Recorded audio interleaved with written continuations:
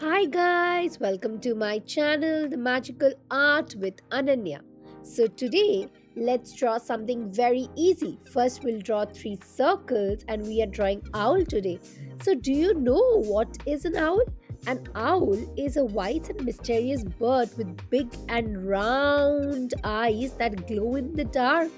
It loves to stay awake at night because in sunlight it can't see, and it turns its head almost all the round to spot anything anywhere.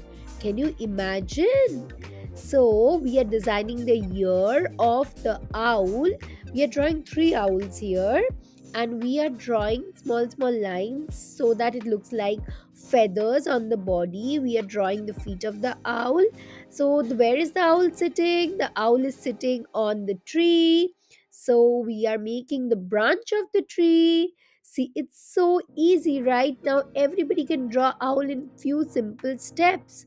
So we have to add the leaves. So what are we doing? We are adding clouds, and now we'll add the leaves, so that we have drawn the moonlight there. Okay, that's not the sun, that's the moonlight that's falling on the owl, because the owl comes at night. So color it with beautiful colors. And to learn more such content, you have to like, share and subscribe my channel, The Magical Art with Ananya.